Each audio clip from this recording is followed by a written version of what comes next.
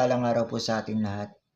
Ngayon po ay Agosto 7, Biyernes, ika-18 linggo sa karaniwang panahon. Ang unang pagbasa po natin ngayon ay ang sa sulat ng mga ahaw. Nahum 2:1, 3, 3, 1, 3, 6 hanggang 7. Ang ebanghelyo po natin ngayon ay ang sa sulat ni San Mateo 16:24 hanggang 28. At sinabi ni Jesus sa kanyang mga alagad, "Kung may ibig sumunod sa akin, itakwil ang kanyang sarili at kunin ang kanyang krus para sumunod sa akin.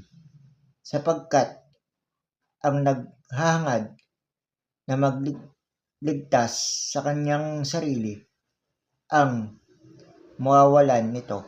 Ngunit ang nanghahangad ng mawalan ng sarili alang-alang sa akin ang makakatagpo nito. Ano ang pakinabang ng tao?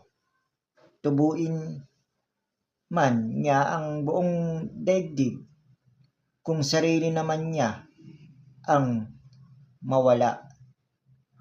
Ang mabibigay niya para mabawi nito.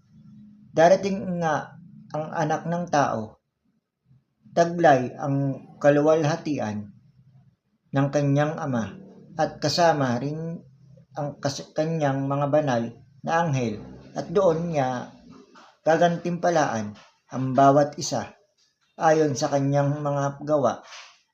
Totoong sinasabi ko sa inyo na makikita ng ilan sa inyo ang anak ng tao na dumarating bilang hari bago sila mamatay."